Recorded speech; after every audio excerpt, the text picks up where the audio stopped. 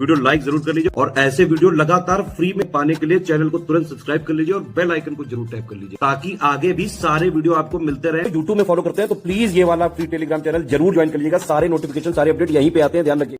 नमस्कार दोस्तों, साइंस के एक और लेक्चर में आप सभी का स्वागत है। 2 लेक्चर हम लोग कर चुके हैं, ये तीसरा लेक्चर। अगर आपने 2 नहीं देखे तो प्लेलिस्ट मैंने बना दी है, साइंस की हिंदी के लिए अलग, इंग्लिश के लिए अलग, ठीक है। तो ये हिंदी के लिए तीसरा लेक्चर होगा, तो चलिए इसको शुरू करते हैं। वर्क क्या होता है, कह रहा है कार्य क्या होता है। देखिए, work is a form of energy. कार्य क्या है, किसी भी कार्य को आप कैसे करते हो, मतलब कैसे करते हो, एनर्जी से करते हो, है ना। तो कार्य और एनर्जी ये एक तरह से सेम ही होता है। कहते हैं ना, work is a form of energy, कि आप इतना, मतलब एक आसान भाषा में कहें तो कार्य को बोलते हैं बल इनटू बल की दिशा में हुए विस्थापन। बल की दिशा में हुआ विस्थापन, मतलब मान लीजिए ये कोई ब्लॉक रखा हुआ है, भारा सा भारी सा, आपने इसमें यहाँ फोर्स लगाया और इसकी डिस्प्लेसमेंट इधर हो गई 10 मीटर। तो आपने कितना काम करा, 10 न्यूटन का फोर्स लगाया, 10 मीटर डिस्प्लेसमेंट हो गई। तो वर्क इज इक्वल टू क्या होता है, फोर्स इनटू डिस्प्लेसमेंट, यानी F W is equal to F into विस्थापन, ठीक है।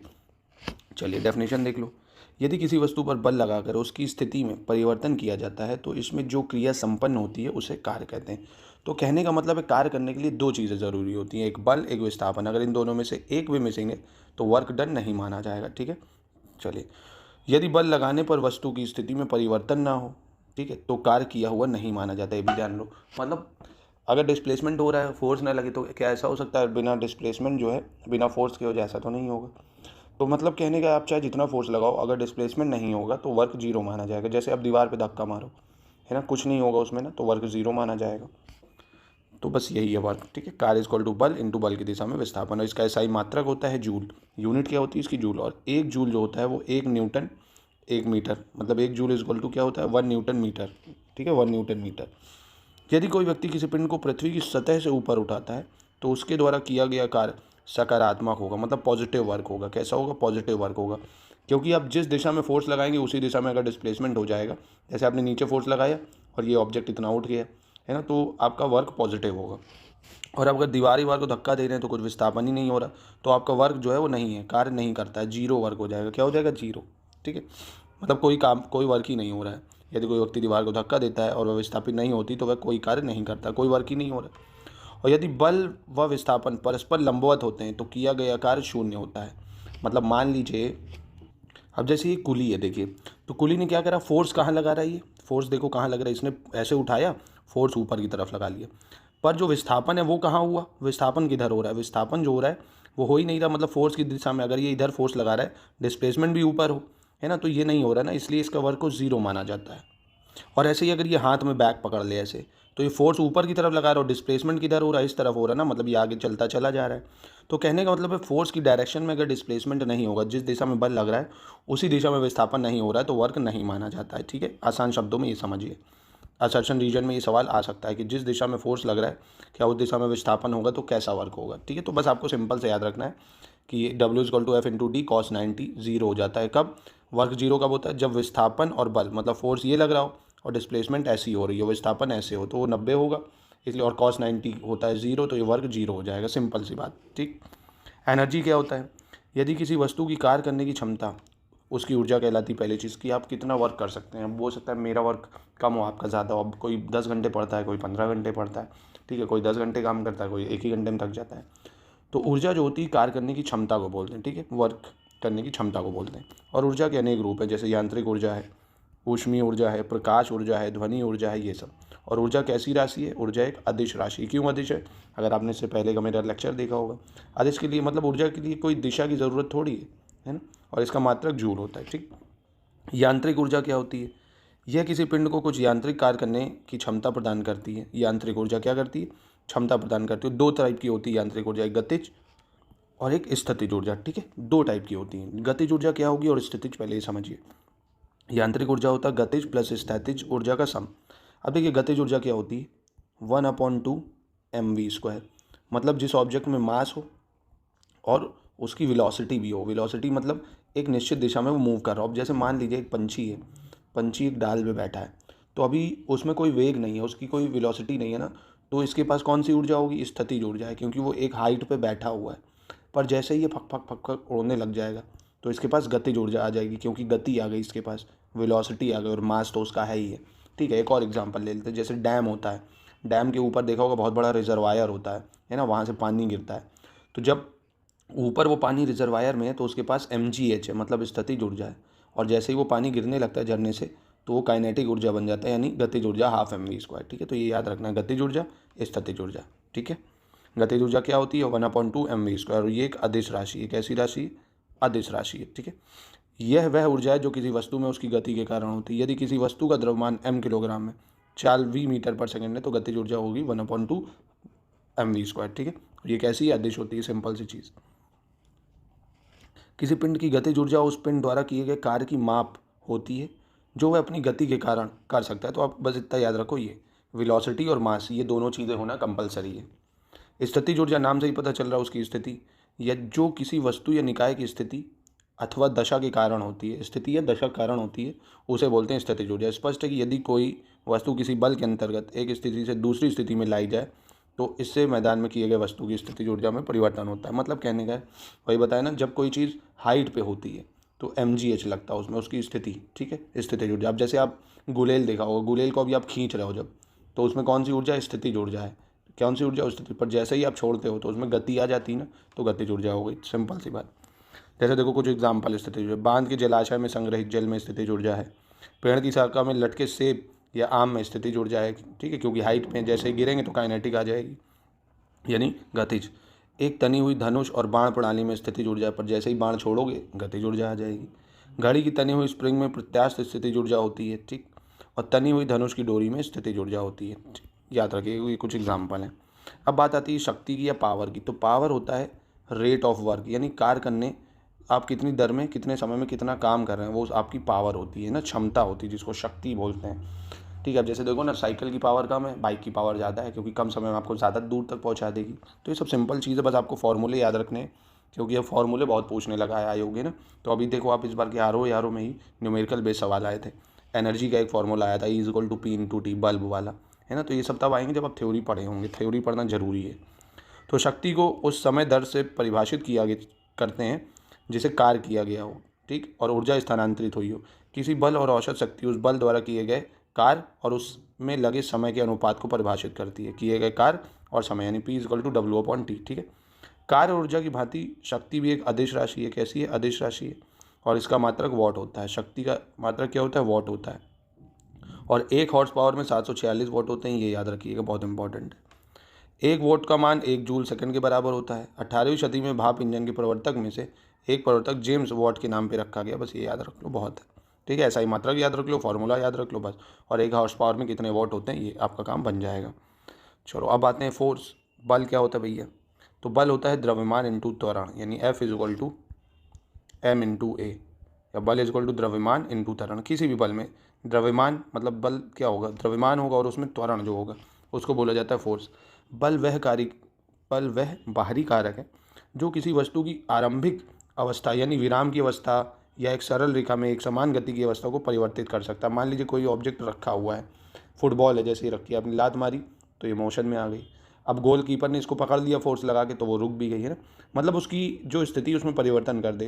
अगर चल रहा है तो स्टॉप कर, मतलब क्या बोलते हैं उसको, एक सेकंड, अगर कोई ऑब्जेक्ट मूव कर रहा है मतलब गति की अवस्था में है तो उसको क्या कर देगा, विराम की अवस्था में ला देगा, विराम में है तो गति में ला देगा। ठीक है, तो हिंदी में इसको ऐसे बोलेंगे। और इसको आपको CGS मात्रक याद रखना, डाइन है, ये बहुत इंपॉर्टेंट है। फोर्स का ऐसे न्यूटन होता है, और CGS मात्रक, SI मात्रक तो न्यूटन है, CGS मात्रक डाइन होता है, और 1 न्यूटन में 10⁵ डाइन होते हैं। 1 न्यूटन में कितना होता है, 10⁵ डाइन, ये बहुत इंपॉर्टेंट है। अब आ जाइए भैया सेंट्रीपिटल फोर्स या अभिकेंद्रीय बल। जैसे ये देखिए, अब ये आदमी किसी पत्थर को ऐसे घुमा रहा है। ठीक है, जब भी कोई ऑब्जेक्ट को आप ऐसे ऐसे रस्सी से घुमाते हैं ना, उसमें जैसे अभी ये गति है, जैसे ये इधर मुड़ेगी तो गति में परिवर्तन होगा ना, इधर मुड़ेगी फिर परिवर्तन होगा, ऐसे ऐसे मूव करती रहेगी। और जैसे ये धागा अगर टूटेगा तो ये ऑब्जेक्ट बाहर की तरफ जाएगा।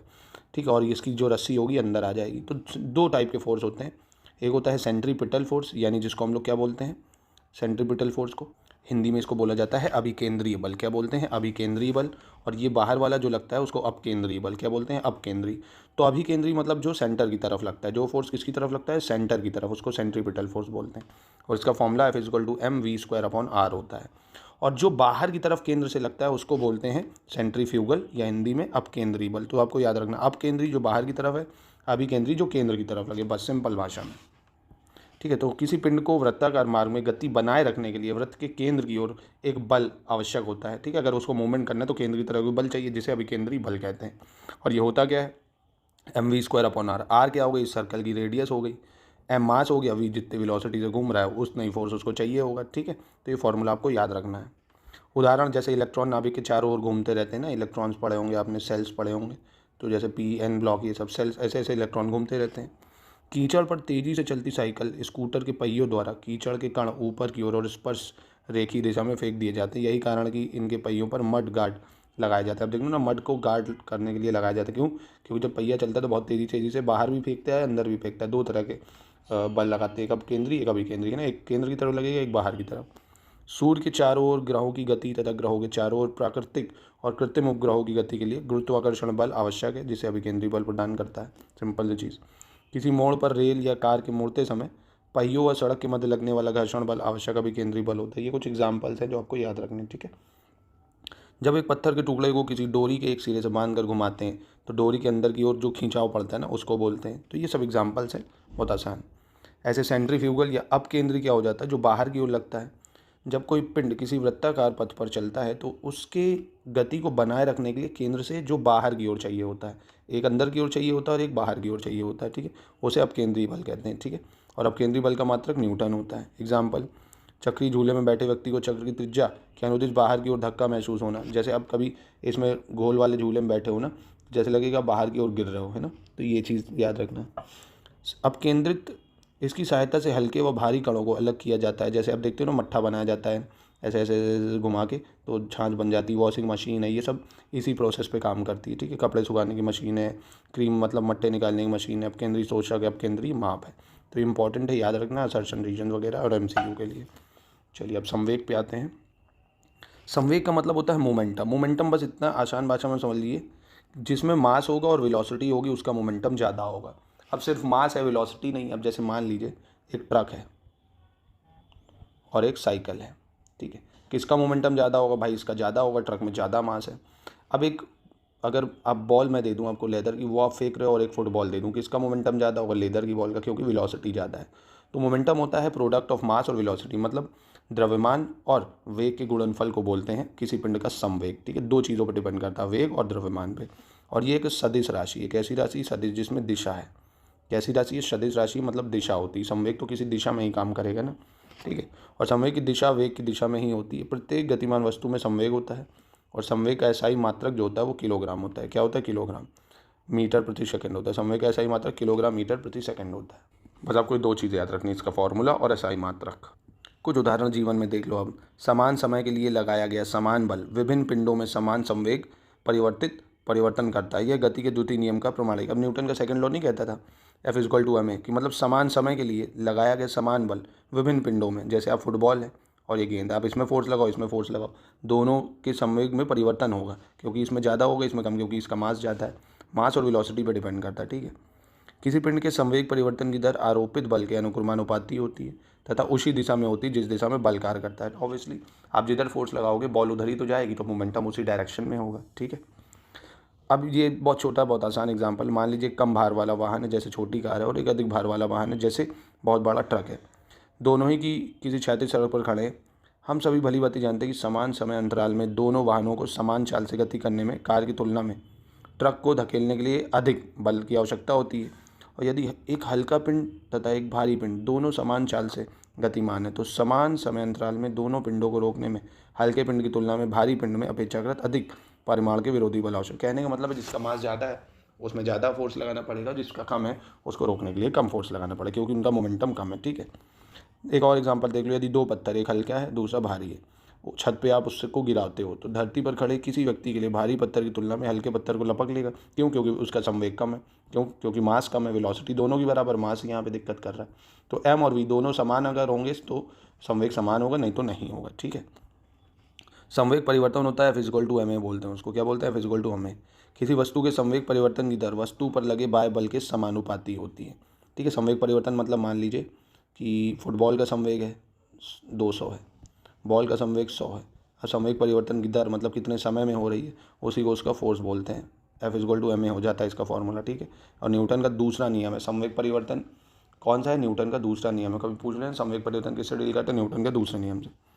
संवेग संरक्षण का नियम, यदि दो अथवा दो से अधिक पिंडों के समुदाय पर कोई बाह्य बल कार्य न करे, दो अथवा दो से अधिक पिंडों के समुदाय पर कोई बाह्य बल कार्य न करे तो समुदाय का संयुक्त संवेग स्थिर बना रहता है। इसे ही संवेग संरक्षण का नियम कहते हैं।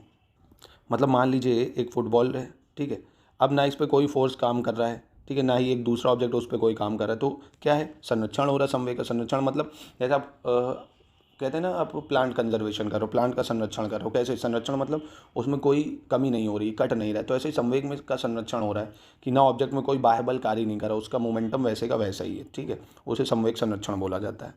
ऊर्जा संरक्षण भी कैसे होगी? जब आप कोई कार्य ही नहीं करेंगे, ऊर्जा उसकी वैसे की वैसे ही स्टोर होगी, तो ऊर्जा का संरक्षण हो जाएगा, है ना। ऊर्जा एक रूप से दूसरे रूप में स्थानांतरित होती है, आपको पता है। भाई आपने क्या करा, आपने आग जलाई, चाय बनाई, तो हीट एनर्जी कन्वर्ट हो गई भाई दूसरी एनर्जी में। अब डैम में क्या है, पानी वाली एनर्जी इलेक्ट्रिक में कन्वर्ट हो गई। ऊर्जा हमेशा परिवर्तित होती है ना, आपने पढ़ा होगा कि energy can neither be created not be destroyed, can only be converted. मतलब एक फॉर्म से दूसरे फॉर्म में कन्वर्ट कर सकते हो, ठीक है, लेकिन इसे बनाया या नष्ट नहीं किया जा सकता, वही जो बता रहा हूँ। किसी भी पिंड या प्रणाली की कुल ऊर्जा स्थिर होती है। साथ ही जब भी किसी रूप में कोई ऊर्जा गायब होती है तो उतना ही मात्रा में ऊर्जा दूसरे रूप में प्रकट भी होती है। तो ऊर्जा संरक्षण बस सिंपल सा ही कहता है कि एनर्जी कभी ख़त्म नहीं होती, ऊर्जा कभी ख़त्म नहीं होती, वो बस एक फॉर्म से दूसरे में बदलती रहती है। बस सिंपल सी बात ये है। कोलिजन या संघट्ट क्या होता है? जब दो बॉडीज़, ठीक है, दो ऑब्जेक्ट या दो, जो हिंदी में क्या बोलेंगे इसको, दो या दो से अधिक कण बोल लो, आपस में टक्कर करते हैं तो उसको कोलिजन बोला जाता है। क्या बोला जाता है? कोलिजन। और ये high amount of energy release करेंगे। तो दो या दो से अधिक कणों की आपस में टक्कर या अन्योन्य क्रिया जिसमें उनके मध्य एक शक्तिशाली बल अल्प समय के लिए कार्य करता है। अब आपस में टकराए तो कुछ समय के लिए फोर्स लगा ना, तो इसको बोलते हैं कोलिजन। अब चलिए, आवेग क्या हो गया, इम्पल्स क्या होता है दोस्तों? इम्पल्स होता है जो थोड़े समय के लिए आप पे कोई फोर्स लगता है। यार कोई गर्लफ्रेंड फ़ोन करे, अरे छोड़ो क्या पॉलिटी, लक्ष्मीकांत क्या पॉलिटी, मतलब क्या पॉलिटी पढ़े हो, छोड़ो उधर, आओ चलो घूमने चलते हैं। आपके अंदर एक इम्पल्स जागा कि हाँ यार बात तो सही, चलो आओ थोड़ी देर कर ही लें, क्या ही जाता है। तो ये आपको भटकाएगा। इम्पल्स जागा, आपके पास थोड़े समय के लिए फोर्स लगा। तो आवेग क्या होता है, इम्पल्स क्या होता है? बल जो कुछ समय अंतराल के लिए लगता है, बल जो थोड़े समय अंतराल के लिए लगता है। यदि कोई बल किसी वस्तु पर कम समय तक कार्यरत रहे तो बल और समय अंतराल के गुणनफल को उस वस्तु का आवेग कहते हैं। आवेग क्या होता है? जब बल लगता है थोड़े समय अंतराल के लिए, उसको आवेग कहते हैं, ठीक है। अब जैसे बहुत छोटा एग्जांपल है, आपने क्या करा, दीवार पर गेंद फेंकी, चट से वो आपके पास वापस आई, थोड़े से समय के लिए लगा ना, तो इसको क्या बोल दोगे आप? इम्पल्स बोल दोगे, ठीक है। जब कोई गेंद किसी दीवार से टकराकर वापस पलटित होती है तब दीवार द्वारा गेंद पर लगने वाला बल बहुत कम समय के लिए होता है ना, उसी को हम बोल देते हैं, कार्यरत रहता है। तो भी यह बल गेंद के संवेग को उत्क्रमित करने के लिए पर्याप्त होता है। अब देखो ना, जैसे ही आप गेंद फेंकोगे और टकराएगी तो तुरंत तेज से आएगी। क्यों? क्योंकि उसकी संवेग में परिवर्तन कर दिया उसने। संवेग में क्या कर देगा? परिवर्तन कर देगा। और क्यों परिवर्तन हो गया? आपने धीरे फेंका और वहाँ से उसने भी फोर्स थोड़ा सा लगा दिया, तो फोर्स बढ़ गया ना, ये चीज़ होती है। इन स्थितियों में बल तथा समयावधि को पृथक पृथक सुनिश्चित करना कठिन होता है, परंतु बल तथा समय का गुणनफल जो पिंड का संवेग परिवर्तन है, एक मापने योग्य राशि है। बस सिंपल सी बात रखो, आवेग क्या होता है? बल जो समय अंतराल में लगता है। और ये क्या पूछ लेगा आपको? ऐसे देगा, कथन लिख देगा, कथन कि संवेग, वो आवेग क्या होता है? आवेग कह देगा बल जो कुछ समय अंतराल के लिए कार्य करता है। और कारण में दे देगा कि अगर आप कोई दीवार पे बॉल फेंकते हैं तो क्या उसके संवेग में परिवर्तन की दर बदल जाएगी आवेग की वजह से? तो दोनों ही सही हो जाएंगे। क्यों? क्योंकि देखिए, संवेग की परिवर्तन की दर क्यों बढ़ी? क्योंकि उसने फोर्स बढ़ा दिया दीवार ने ऑब्जेक्ट पे, ठीक है। आई होप समझ गए होगे आप। चलिए, बहुत ही आसान टॉपिक, गुरुत्वाकर्षण पढ़ा होगा। गुरुत्वाकर्षण क्या होता है आपने पढ़ा होगा यार, कि हमारी पृथ्वी चुंबक की तरह कार्य करती है, हर एक ऑब्जेक्ट को अपनी तरफ घसीटती है ना, तो उसी को गुरुत्वाकर्षण बोलते हैं। ब्रह्मांड में प्रत्येक दो वस्तुएं एक दूसरे को आकर्षित करती हैं। पूरे ब्रह्मांड में आप देखो ना, आप भी किसी की तरफ आकर्षित होगे जब बहुत ही ज़्यादा कोई या तो अपनी शक्ति से आपको प्रभावित कर ले या अपने सौंदर्य से प्रभावित कर ले, तो आप आकर्षित होगे ना, तो ग्रेविटी आप पे काम करेगी, गुरुत्वाकर्षण काम करेंगे ना। तो आकर्षण सब में ही होता है, आकर्षण जिसमें नहीं होता है तो फिर तो अलग ही चीज़ है। आकर्षण हर कोई किसी न किसी चीज़ पे आकर्षित होता है। आप चाहे SDM DSP को देख के होते हैं, आप आकर्षित होते हैं ना, पढ़ने का और मन करेगा। कभी कभी आपका जब भी आप डाउनफॉल देखो, कुछ अच्छा देखो ना, ऐसे लोग को मोटिवेशन आता है, आकर्षित होते हो। तो आकर्षण एक प्रकृति है, वो सिर्फ साधु संत में ही किसी चीज़ पे आकर्षण नहीं है जो इस दुनिया से परे हो जाएंगे। बाकी आकर्षित इस ब्रह्मांड में सब कुछ होता है। आकर्षण का यह गुण ही गुरुत्वाकर्षण कहलाता है। हर एक ऑब्जेक्ट दूसरे की तरफ आकर्षित होता है, ठीक है। और जो बड़ा ऑब्जेक्ट है, जैसे सूरज है, वो दूसरी जो पृथ्वी, छोटे ग्रह, उनको ज़्यादा आकर्षण करता है, अपने सर बांध के रखता है। तो अगर आप ही आपको कटरीना कहे अरे भाई हाय, तो आप ज़्यादा आकर्षित होगे भाई, अरे भाई इतना बड़ा ऑब्जेक्ट है, तो ऐसे ही करता है। जो भी बड़े ऑब्जेक्ट होते हैं छोटे मोटे चीज़ों को आकर्षित करते रहते हैं, ठीक है। इसी को बोलते हैं न्यूटन के गुरुत्वाकर्षण संबंधी नियम है। न्यूटन्स लॉ ऑफ ग्रेविटेशन देखते हैं, न्यूटन लॉ ऑफ ग्रेविटेशन। इस विश्व में प्रत्येक पिंड हर दूसरे पिंड को एक बल द्वारा आकर्षित करता है, जिसका परिमाण दोनों पिंडों के द्रव्यमानों के गुणनफल के अनुक्रमानुपाती तथा उनके बीच की दूरी के वर्ग के व्युत्क्रमानुपाती होता है। मतलब ये कह रहा है कि F इज इक्वल टू होता है m1 m2 upon R square. मतलब मान लो जैसे ये चांद है, ये सन ले लिया और ये मून ले लिया, ठीक है। चांद है और ये सूरज हो गया। अब इनके बीच की दूरी हो गई r, इसका मास हो गया m1 और इसका मास हो गया m2, ठीक है। तो इन पे जो बल कार्य करेगा वो प्रोपोर्शनल होगा मास के और इन्वर्सली प्रोपोर्शनल स्क्वायर होगा, व्युत्क्रमानुपाती होगा रेडियस के। तो इसको हटाने के लिए बीच में एक ग्रेविटेशनल फोर्स आ जाता है कैपिटल जी। क्या आ जाता है? कैपिटल जी, ठीक है। तो यानी F इज इक्वल टू हो जाएगा G m1 m2 upon R square, ठीक है। चलिए आगे बढ़ते हैं, आई होप समझ गए होगे अब। चलो, तो कह रहा है पृथ्वी के गुरुत्वीय बल के कारण पृथ्वी की ओर गिरती हुई वस्तु के वेग में परिवर्तन की दल गुरुत्वीय त्वरण कहते हैं। गुरुत्वीय त्वरण वो तो क्या था आपका, न्यूटन का गुरुत्वाकर्षण नियम हो गया। एक सेकंड पहले इसको बता दूँ तो न्यूटन नहीं, ठीक है। तो समझ गए ना, F is equal to m1 m2 upon R square, ये हो गया। अब गुरुत्वीय त्वरण या ग्रेविटेशनल एक्सलरेशन क्या होते हैं, तो एक चीज़ समझ लीजिए, ये अर्थ है, अर्थ का ये एटमॉस्फेयर है यानी वायुमंडल है। अर्थ के वायुमंडल में पूरे गुरुत्वीय त्वरण, आप कहीं से भी कुछ ऑब्जेक्ट फेंकेंगे ना तो वो बहुत तेज़ी से ग्रेविटी उसको 9.8 मीटर पर सेकंड स्क्वायर की गति से उसको नीचे गिराएगी। ऊपर फेंकोगे तो ऊपर भी उसी गति से जाएगा, ठीक है। पर जब वायुमंडल के बाहर चले जाओगे ग्रेविटी है ही नहीं। तो देखो ना, मून पे आदमी उड़ता रहता है, कोई ग्रेविटी ही नहीं है ना। तो ग्रेविटेशनल एक्सेलरेशन होता है जो भी पृथ्वी के गुरुत्वाकर्षण में ऑब्जेक्ट मूव करता है उसको बोलते हैं, ठीक है। पृथ्वी के गुरुत्वीय बल के कारण पृथ्वी की ओर गिरती हुई वस्तु के वेग में परिवर्तन की दर को गुरुत्वीय त्वरण कहते हैं। क्या बोलते हैं? पृथ्वी की गुरुत्वीय बल के कारण पृथ्वी की ओर गिरती हुई वस्तु के वेग में जो परिवर्तन। अब देखो ना, स्काई डाइविंग जो करते हैं वो क्या है, ग्रेविटेशनल एक्सेलरेशन ही तो है ना, क्योंकि पृथ्वी की तरफ गिर रहे हैं और उनकी गति में परिवर्तन होता जा रहा है, धीरे धीरे वो पास आ रहे हैं, ठीक है। इसका फॉर्मूला क्या होता है? जी m अपॉन आर स्क्वायर। मतलब कैपिटल जी गुरुत्वाकर्षण हो गया पृथ्वी का, जो हो गया ये गुरुत्वीय त्वरण हो गया, m मास हो गया पृथ्वी का, r जितना आप दूरी है या जितनी उस ऑब्जेक्ट की दूरी है पृथ्वी के धरातल से, ठीक है। चलिए, पृथ्वी की सतह के विभिन्न स्थानों पर जी का मान भिन्न होता है, ठीक है। देखोगे आप, जैसे ध्रुव होते हैं जो यहाँ इक्वेटरों पे जो होता है ज़्यादा होता है और एज़ कम्पेयर टू ऊपर जाओगे तो कम हो जाएगा। तो हर जगह पे जी का मान भिन्न भिन्न होता है, पहली चीज़ आपको याद रखनी है। जी की सतह पर गुरुत्वीय का मान 9.8 मीटर पर सेकंड स्क्वायर होता है। जी का मान ध्रुवों पर अधिकतम होता है, मतलब पोल्स जो होते हैं यहाँ पे, माफ़ कीजिएगा, ज़्यादा होता है, पोल्स पे ज़्यादा होता है, यहाँ पे कम होगा, ठीक है। पोल्स पे क्या होगा, ज़्यादा लगता है। क्यों पोल्स पे कम लगता है? क्योंकि ये देखिए, ये ज़्यादा लंबाई है, ये कम लंबाई है। अब इसको अगर रिंग की तरह किसी छर्रे को घुमाएंगे ना तो देखो ये ज़्यादा देर तक घूमता रहेगा, क्योंकि ये लंबाई, इसलिए यहाँ पे ज़्यादा फोर्स लगेगा। बस इतना याद रखो, ध्रुवों पे ज़्यादा फोर्स लगता है, ध्रुवों पे गुरुत्वीय त्वरण ज़्यादा होता है। और जी का मान विषुवत रेखा पर न्यूनतम होता है, विषुवत रेखा पर न्यूनतम हो जाएगा, ठीक है। इसको याद रखना। और पृथ्वी के केंद्र पर जी का मान 0 हो जाएगा। तीन चीज़ें याद रखनी, केंद्र पर जी 0 होगा, जो विषुवत रेखाएं होती हैं वहाँ पर जी का मान अधिकतम होगा और ध्रुवों नहीं, न्यूनतम होगा, माफ़ कीजिएगा, क्या मैं भूल गया, एक सेकेंड फिर से इसको बना देता हूँ। जैसे ये अर्थ है आपका, ये इक्वेटर है, यहाँ पे तो 0 हो जाएगा, यहाँ पे जी का मान 0 होगा, जो विषुवत रेखाएं हैं यहाँ पे न्यूनतम होगा और पोल पे सबसे ज़्यादा होगा, ठीक है। पृथ्वी तल से नीचे या ऊपर जाने पर जी का मान घटता है, ठीक है। पृथ्वी तल से अगर आप मान लो समुद्र के नीचे जाओगे तो भी जी घटेगा, समुद्र के ऊपर जाओगे तो भी जी घटेगा, एक टाइम खत्म ही हो जाएगा, ठीक है। पृथ्वी के गुरुत्वीय त्वरण जी का मान पृथ्वी तल पर विभिन्न स्थानों पर भिन्न भिन्न होता है, ठीक है। इसको याद रखना। जी का मान वस्तु के द्रव्यमान पर निर्भर नहीं करता है, पहली चीज़, वो चाहे जितना भी छोटा हो या बड़ा सब पे समान जी काम करेगा, ठीक है। ये आपको याद रखना, जी का मान सभी वस्तुओं के लिए समान होता है। ये नहीं कि ट्रक है, ट्रक को ऊपर से फेंकोगे और किसी मोबाइल को तो उसमें ज़्यादा काम करेगा, नहीं, ग्रेविटी सब जगह एक जैसी होती है, ठीक है। अतः यदि भिन्न भिन्न द्रव्यमानों की दो वस्तुएं मुक्त रूप से ऊपर से गिराई जाए तो उनमें समान त्वरण उत्पन्न होगा, ठीक है। यदि वे वस्तु एक ही ऊंचाई से गिराई गई, अब मान लो आप कोई पंख फेंकते हो छत से और आप एक पत्थर फेंकते हो, दोनों पे जी समान होगा, तो आप कहोगे सर पत्थर तो पहले गिर गया और ये पंख बाद में। अब पंख जब गिर रहा है ना तो पंख में हवा का रेजिस्टेंस फोर्स लग रहा है, नीचे से हवा उसको ऊपर की तरफ भी फेंक रही है ना, क्योंकि वो हल्का है इसलिए वो देर से गिर रहा है। बाकी जी दोनों में समान काम करता है। मतलब आप अगर कहते हैं ना, बचपन में सुना होगा, यार सर ये बताइए 1 किलो रुई की बोरी है और 1 किलो बाँट है, छोटा सा 1 किलो वेट है, कौन ज़्यादा होगा? आदमी कहते तो रुई ज़्यादा होगा। अरे रुई का मास ज़्यादा है, वो दिख रहा है, वो क्वांटिटी ज़्यादा दिख रही है, पर दोनों का वेट तो 1 ही किलो है ना। अगर दोनों को छत से फेंकोगे गिरेंगे एक ही बार में, क्योंकि ग्रेविटी दोनों पे एक जैसी होती है। ठीक है। किसी वस्तु के द्रव्यमान पर गुरुत्वीय त्वरण में परिवर्तन का कोई प्रभाव नहीं पड़ता। ठीक है, चाहे द्रव्यमान जितना भी हो, गुरुत्वीय त्वरण में कोई परिवर्तन नहीं होगा तथा वह स्थिर रहता है। गुरुत्वीय त्वरण में परिवर्तन से वस्तु के भार में परिवर्तन होता है। अब देखो, अगर आपका भार यहाँ 60 kg है, आप चांद पर चले जाओ तो 1/6 यानी 10 ही रहेगा। क्यों? क्योंकि ग्रेविटी नहीं है ना वहाँ पे। ठीक है, इसलिए तो ग्रेविटी का फ़र्क पड़ता है। पृथ्वी की घूर्णन गति बढ़ने पर जी का मान कम हो जाता है और पृथ्वी की घूर्णन गति घटने पर जी का मान बढ़ जाता है घूमने वाले पे। अगर पृथ्वी की घूर्णन गति बढ़ रही है तो जी का मान भी कम हो जाएगा, और पृथ्वी की घूर्णन गति अगर घट रही है तो जी का मान बढ़ जाएगा। उल्टा होता है। ठीक है, अगर घूर्णन गति बढ़ेगी तो जी का मान कम होगा, घूर्णन गति घटेगी जी का मान बढ़ेगा।